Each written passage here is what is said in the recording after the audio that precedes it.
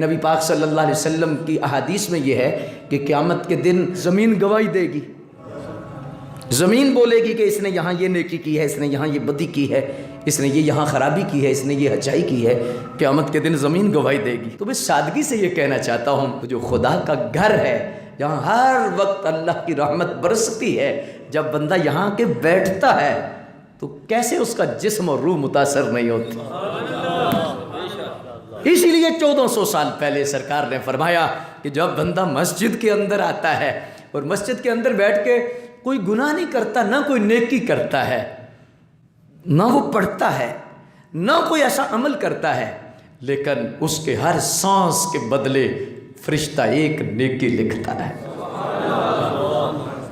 یہ گھر ہی ایسا ہے، یہ در ہی ایسا ہے، یہ دروازہ ہی ایسا ہے، اور یہ پناہ گاہ ہی ایسی ہے۔ خدا کا گھر ہے، خدا کا دروازہ ہے۔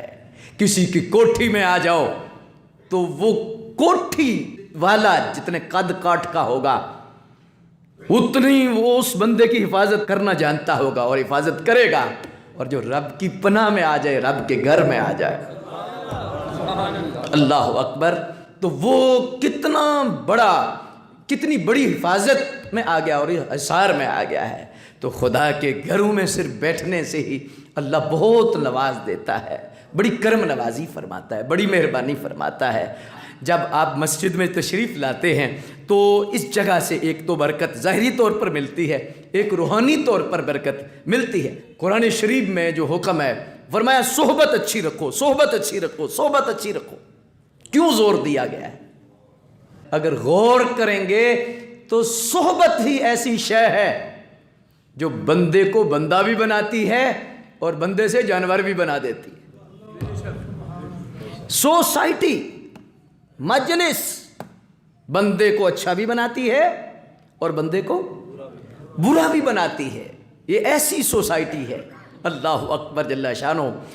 تو وہ مجلس، کسی نیک بندے کی مجلس، کسی اچھے بندے کی مجلس، کسی پاکیزہ بندے کی مجلس بندے کو کیسے ستھرا کرتی ہے۔